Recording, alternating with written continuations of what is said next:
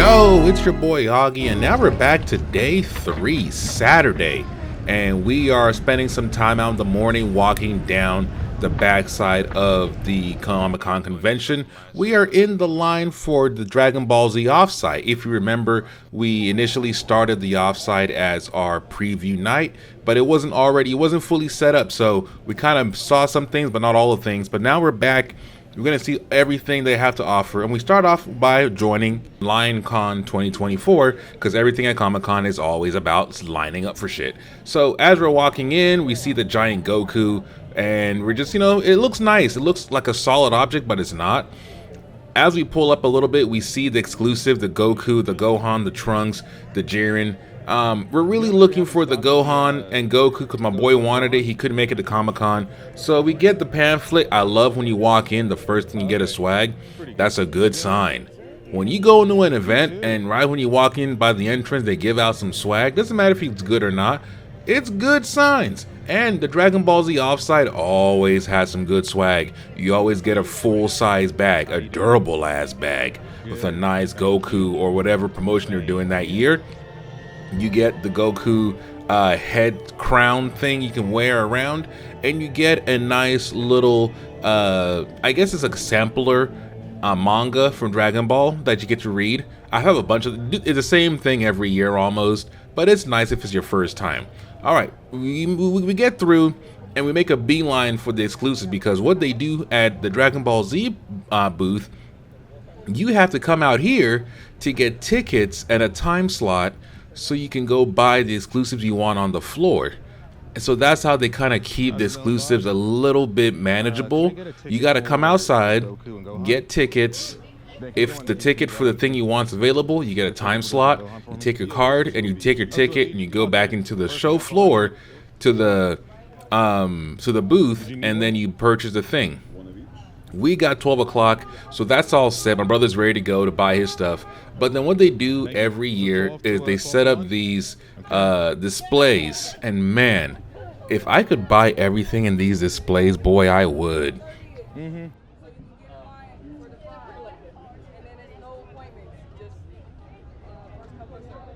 I could spend days just looking at the details in these displays. Like, you can't really see it. Here, I'll show you some photos in a second. But you can't really see it, but man, every little thing they have on display is detailed. And it's almost like it's ripped right out of the anime. It's how nice the details that they pay attention to. Like Majin Vegeta, how his hair has that slightly muted yellow. Or how Broly has that deep, really blue hair. Like everything, whoever is sculpting these, oh man, bless their heart, bless their work, because they're putting out fire content. If I could buy this Ginyu Forest, boy, I would be made. I need the Ginyu Forest for my freaking office, man. This is perfect. But yeah, we do a couple of walk-arounds. We enjoy the sights, and these are just things you want to buy, but you just can't. But the thing you can buy is Dragon Ball Sparking Zero when it comes out later this year. They had the game demo on the floor so we can play it.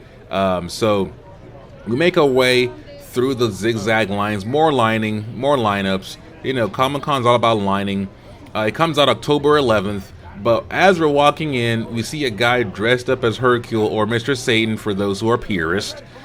And he's over here just doing the voice acting, doing the kicks. He was a fun cosplay. I don't know if he was hired or if he was just a guy coming through, but he did a really good job with his Hercule/Satan cosplay. We wait in line, and let me be honest, I used to play Dragon Ball Tenkaichi Budokai 1, 2, and 3 with my brother. He's a much better player than I am. I was never really good at that shit. I'm more of a 2D fighter. I'm more of a Hyper Dimension from back in the day kind of player, or a Fighter Z modern, Dragon Ball Z game. So open world 3D, not my forte. So what you're gonna see is me basically button mashing. But in my defense, what I'm really gonna tell you is that I threw the fight because I'm really a Vegeta stan. Goku was cool and all, but Vegeta has always been the person I always gravitated to as a Dragon Ball Z fan. So I threw the fight. Mind you, I did pick all Goku, but I let Vegeta win because I wanted to see that man whoop Goku's ass. It just felt right in my heart. But Sparking Zero, man, for those who like it and like that kind of gameplay, please by all means go check it out when it drops.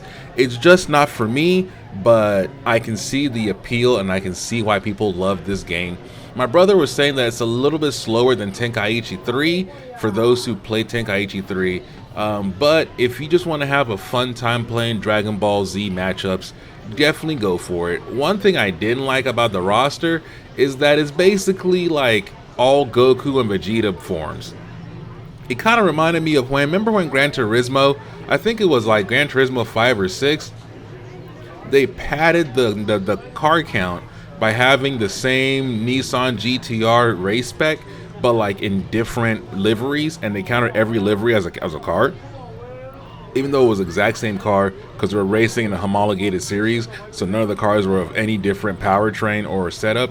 They're all the same car, but just because they had different liveries, they were basically counted as a different car. This is what this game feels like. It feels like every Goku and Vegeta they could think about, they put in here, and they just padded the number of characters you could play as. But one thing, my biggest gripe about this game, and about Dragon Ball Z games, a lot of them, is that I want to feel like Goku and Vegeta when I transform. I want to play every game as base form, and then as I power up, I can transform into their different transformations. And if it would feel way more like the anime than just picking an already established form and fighting as that form the entire time.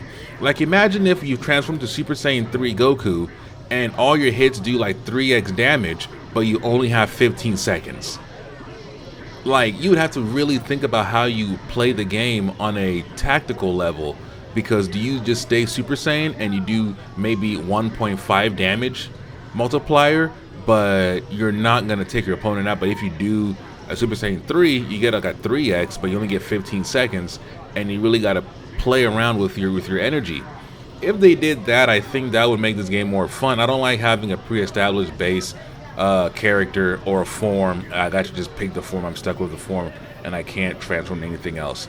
But yeah, that's my only real gripe. Check out some of the gameplay. I'll shut up for a second for those of you who want to see this. Enjoy.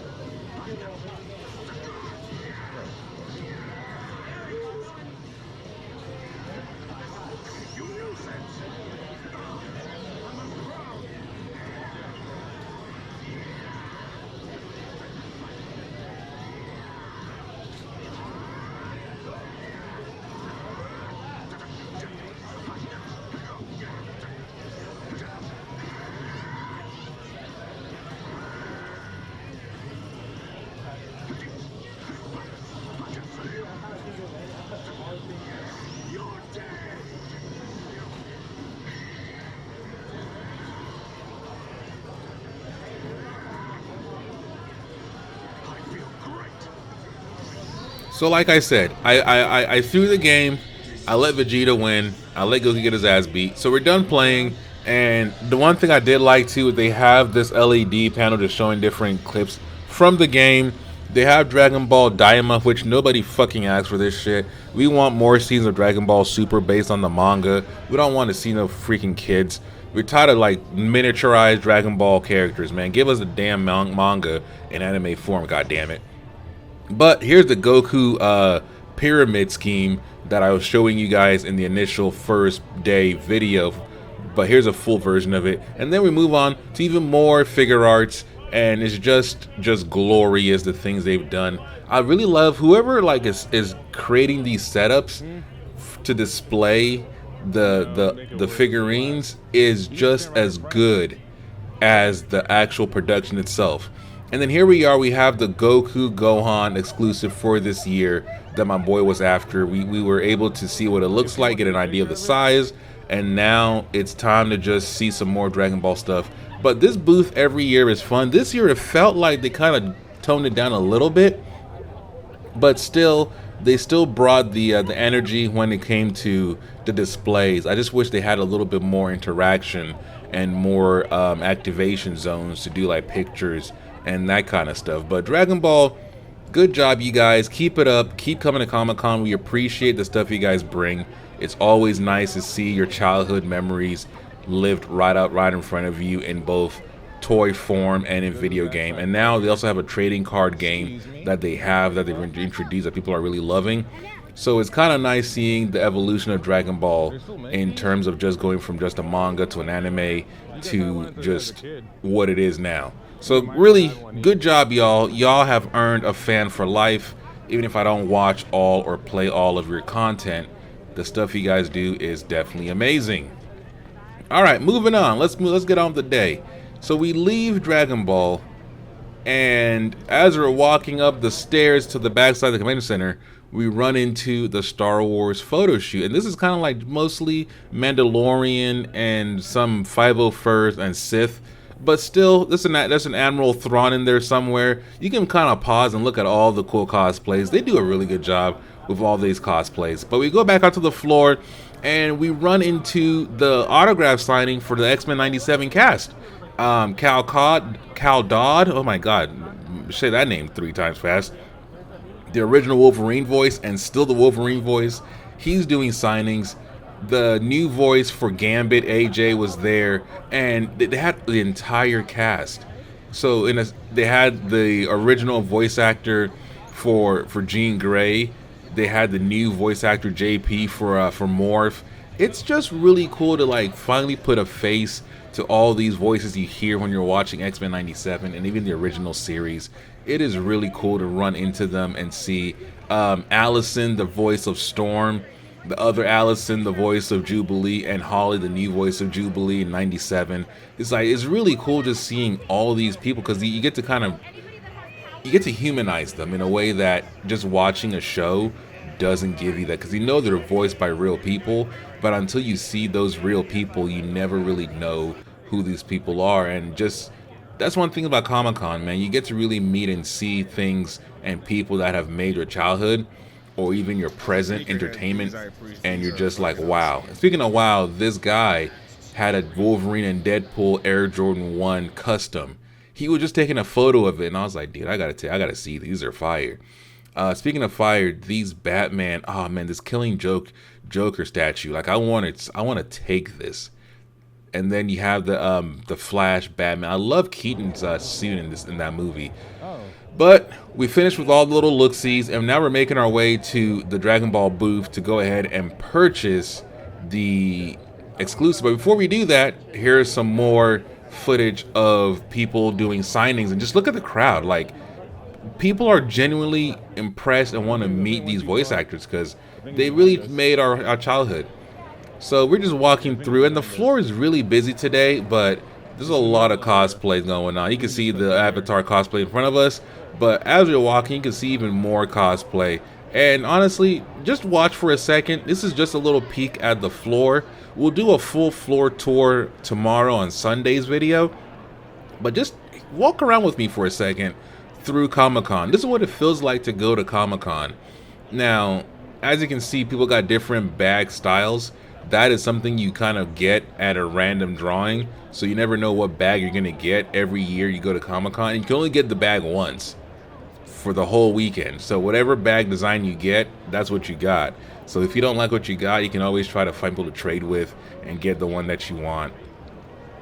But yeah, no, walking the floor is very busy. People are crossing you, people are in your way, but it's also very polite, very chill, very fun atmosphere. If you ever wanted to go to Comic-Con and you've been thinking about it, like, I hope these videos that I'm doing give you some idea what Comic-Con feels like and how you can come. Oh, look, Luigi and Mario and Bowser. Nice. I didn't even notice that when I was shooting this when I went at Comic-Con. But yeah, you just see so many cool cosplays. Everywhere you turn, a piece of your childhood is walking past you in the form of a cosplayer, and it's just really nice, man. There's a Cyclops over there just now. There's a Spider-Man. There's just so many, and not everybody's cosplay is gonna be on point. Some people just want to buy just, you know, the off the rack, you know, tidy whitey cosplay and just wear it. And then others really put a really deep and passionate, you know, feel. Real quick, on the left hand side, the Cyberpunk booth had a real working Skippy. I mean, and of course it's not a real gun, obviously, but it was actually like a talking Skippy gun that you can go on their website and buy right now. So I think it's like 150. I want to get one. If you want to buy it for me, let me know. I'll give you my address. Please somebody buy me something from Comic-Con this year. I was broke as hell doing this shit. But yeah, so we're walking Nickelodeon, Naruto. They have their big Viz booth every year for photo ops. Lego always shows up with their really cool, like they have a really big area for Lego. So it's almost like a mini town that you just walk right by when you're going to Comic-Con. After that, got some Star Wars on the far left. This year's Star Wars booth was kind of trash. They just had stuff from the Acolyte, well, the now canceled Acolyte. No, but I wasn't really interested in none of that shit. Usually they'll have, like, last year they had the Kenobi suit, so you had the Anakin, the Darth Vader, the Kenobi, the Qui-Gon. They had all of their suits. This year, the suits were kind of meh, but they were showing full clips and sometimes a full movie. There goes Thor: Love and Thunder. But also, ooh, Hawkeye. I didn't notice people. I didn't even notice this as I was recording. I was so busy like looking somewhere else. But the Star Wars booth was showing Episode 1, The Phantom Menace. I think the 25th anniversary is just about coming up or has come up.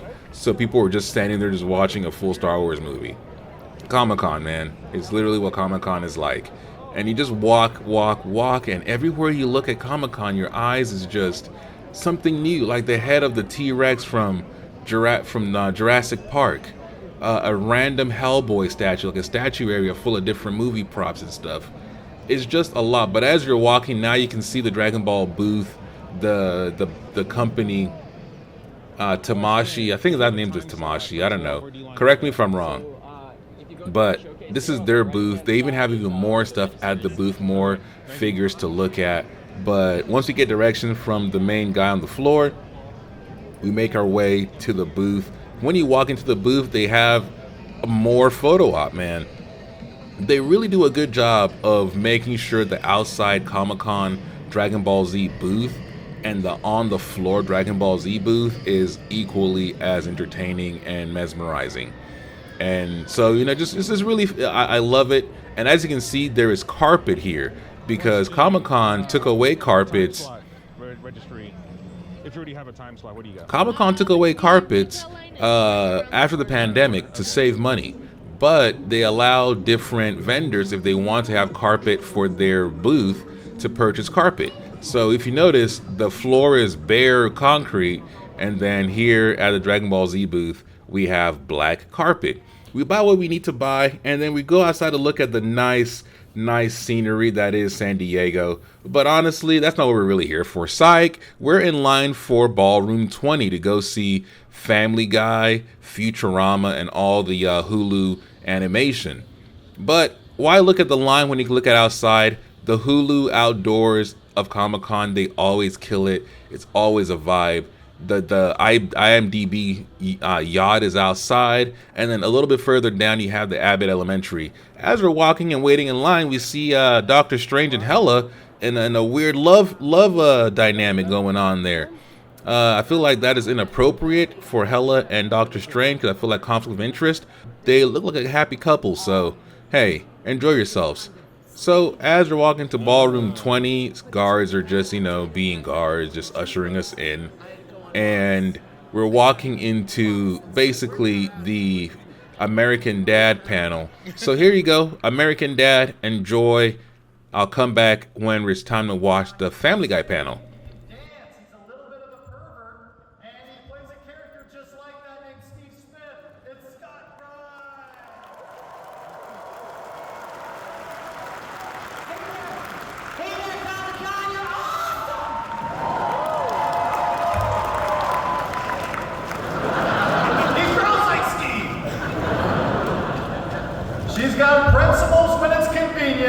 She's a hooper and the queen of SubHub. She's Haley Smith. Give it up for Rachel McFarland!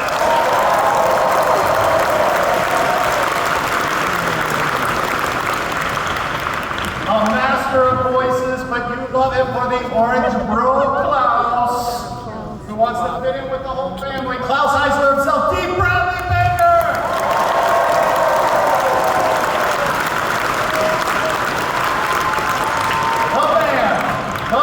The husband of Babe, the only person up here that plays himself on the show, it's Jeff Fisher!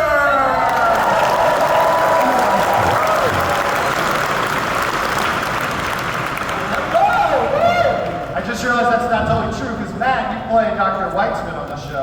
I do. Yeah, I should have introduced you like that. He's a creep that lives at the bottom of the CIA! It's Dr. Weitzman! But at this point, I am going to turn it over to Mr. Weitzman here to give you guys some look ahead at the new season of American Dad on TBS. He's going to drop all the gems of what is to come. Well, thank you. Medium, would you say? Is what that? Was rap Klaus's preferred medium? Do you prefer to rap as Klaus or sing? Yeah, I think it's time for Klaus to have an entire rapping career. The world is ready for this. You know, to put you on the spot, is there anything you could rap for us right now, Klaus? Just something from your childhood in Germany? Wow, Scott. Please be aware that many of the members of your audience must be under 18 years of age. There. I don't know where that came from. Rapping as a German fish on the spot is not easy, folks. That's not. Stan and Klaus, she looks at her phone, chuckles, and laughs loudly. What's so funny, dear? I'm doing Francine now, you saying? Wait, yeah, can we tell them? Oh, sorry, yeah, sorry. Oh, yeah. What do you guys think? Clarity or no clarity? All right, we'll do a little clarity. Why don't we say who everyone's playing? That's a great note. Jeff, who are you playing? I'm playing Steve Smith. In this scene. Thank you. I need it. I'm playing Roger. I spoiled it. I'm playing Stan. I'm playing Francine. I am Klaus. And I'm actually playing Roger for so barely, but yes. All right, here we go. For those of you following along earlier, we start in the kitchen. It's morning. Francine's having coffee with Stan and Klaus. She looks at her phone, chuckles, and laughs loudly. What's so funny, dear? The Mamari's got robbed. Serves them right. I saw him bragging about their new smart TV on Facebook. Well, not smart enough to keep its owners from getting brutally pistol whipped. But seriously, ever since I just heard about the Mamari incident, I've been thinking about looking into a home security system. Oh, I don't know, Stan. We've already got that stick in the sliding window. Plus, you're always packing. True. Stan points at her. A spring-loaded Derringer pops out of his sleeve. He pretends to shoot it at her. Francine flinches. Stan clicks the Derringer back into place. But I shan't always be around to keep you safe. The gun goes off, breaking the stick in half. What's all the racket here? Roger enters. Stick! Roger drops to his knees and cradles the two pieces. Look, Stan, if it makes you feel better, I'll call Ted Security Company for a consultation. Just for it's TBD security, but Scott Grimes is on 10, and he's always trying to work 10 into things. So. Just call Orville Security Company.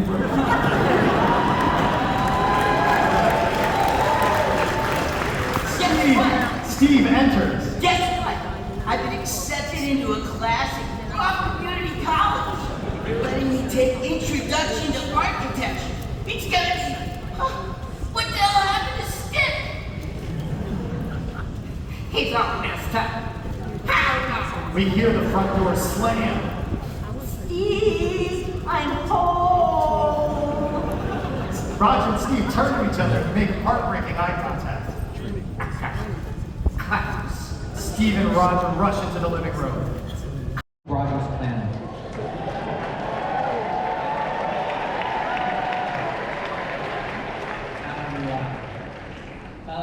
Okay, who's next? Another question.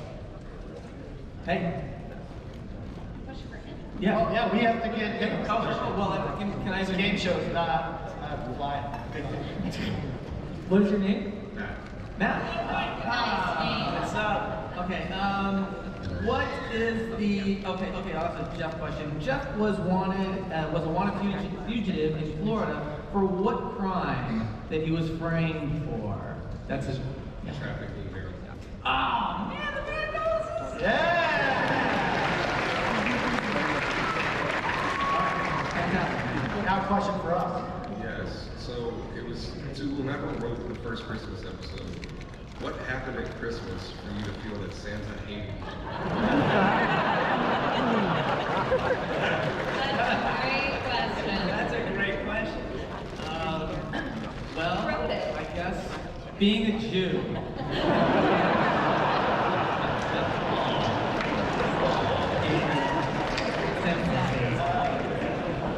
Oh, that was amazing. Okay, well, who's next? Who do we have next? Step on up. How you doing? Doing good. How are you? Good. Excellent. Good. Go Dodgers. Okay, I'm not sure. How about that? Locals still roll out to Comic-Con. We love Otani. Haley question to you. I know, the Padre country. I forgot. What is Haley's sleeper? This is a very hard one, so I may have to, What is Haley's sleeper agent trigger phrase? Sleeper agent trigger phrase. You should shout it out to him. Well, yeah, we're going Price is Right. Yeah. Give him the answer if you give it to him.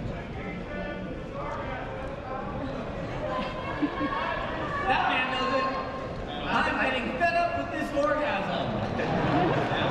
That man either knew the answer or needs to be ushered out of this room immediately.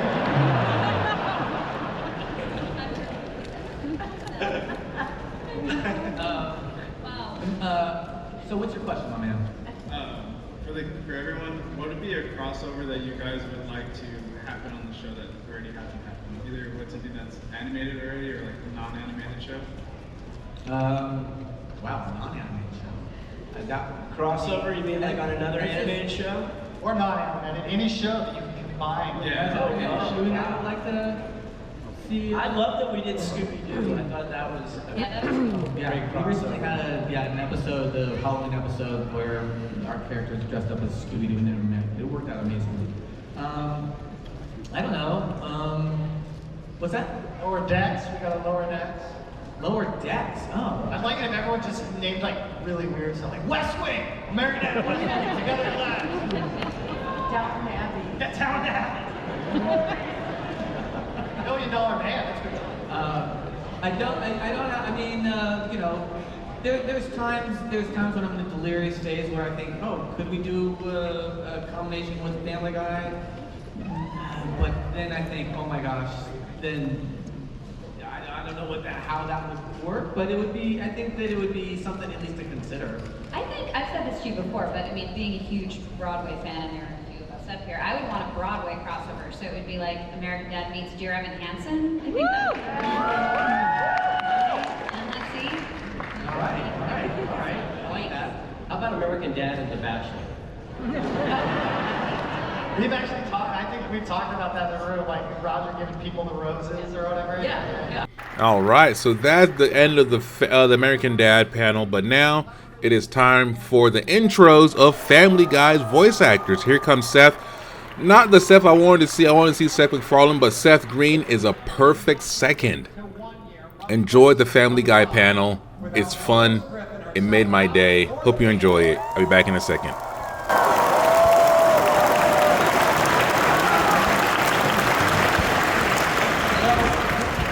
We'll start right off. Alex, you Sure, I like Focus. Is that why? Yeah. You know, one word answers everyone's dream. But I have the phrase, and Patrick, our engineer, or Chris, our engineer, like everybody's heard, or JC, everybody's heard me say this over and over again. Like the root quote for Chris is, "No, she was down in the basement." Oh God. So much blood. Well, Chris is responsible for some of the raciest stuff that we've done on Family Guy. Is there any one thing that pops to mind you think, how did that get on the air? That's a question for Mike Henry, it turns out. How about you? What's that? I'm sure I can do that. I can make it like the boats and my weight. No, I seriously do always go back to that first line whenever I record. Were you surprised at any of the stuff we were able to get on the air? Who needs girls? I'm not gonna fall for this again. I'm not gonna eat or drink anything from your house. I'm gonna keep you awake, dude. Or with the voice. This is Gary.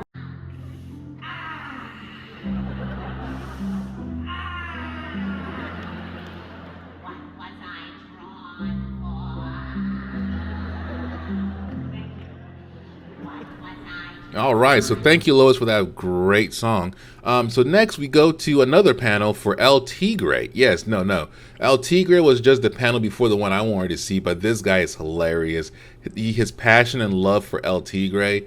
If you remember watching that show, definitely thank that man. But really, we came for the Kingdom Come panel because Mark Waid, real quick, this lady was eating this giant Rice Krispies treat. That shit was huge. Her mouth could barely even fit on that thing. But no, the Kingdom Come panel was cool. Mark Waid was there kind of telling us about how the writing process, working with Alex Ross. And they're really there to really promote the Kickstarter that they're working on. But after all of this was said and done, Mark Waid was outside. They gave us these really big-ass 20-inch posters.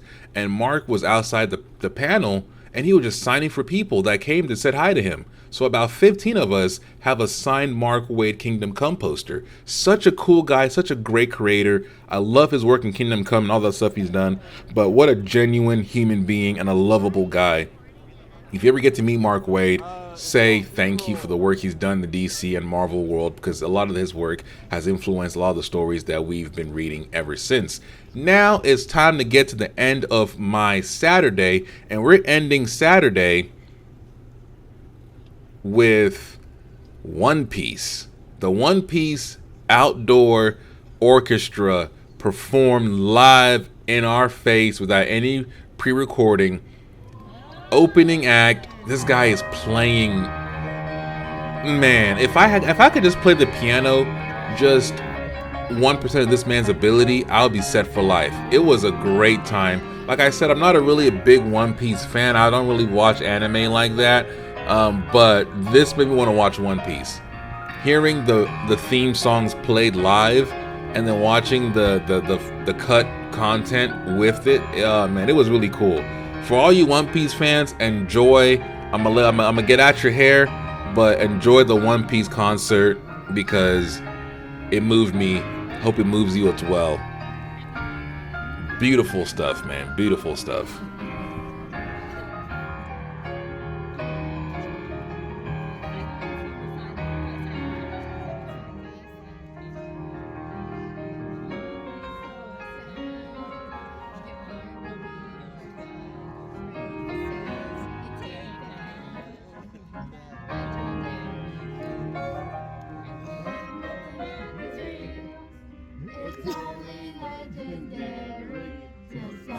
Hey.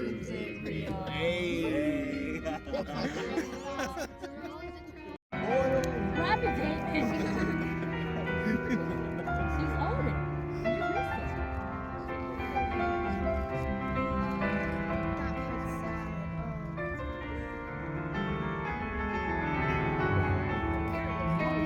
it. I did watch this. I've seen it. Yeah.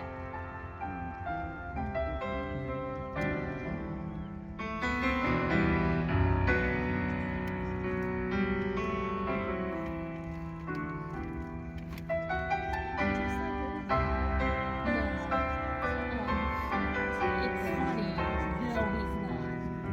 He is somebody else's dad, though.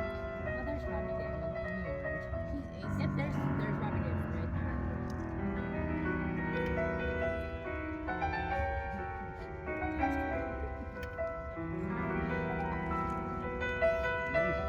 Oh, you look so young.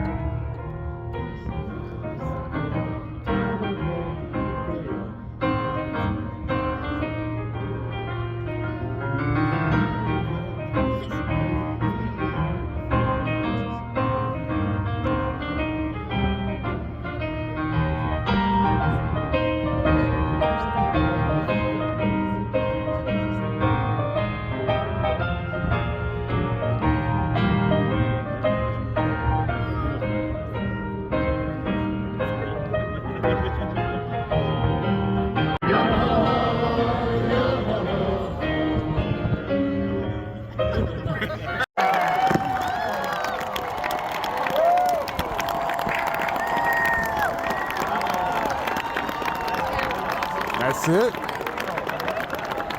That's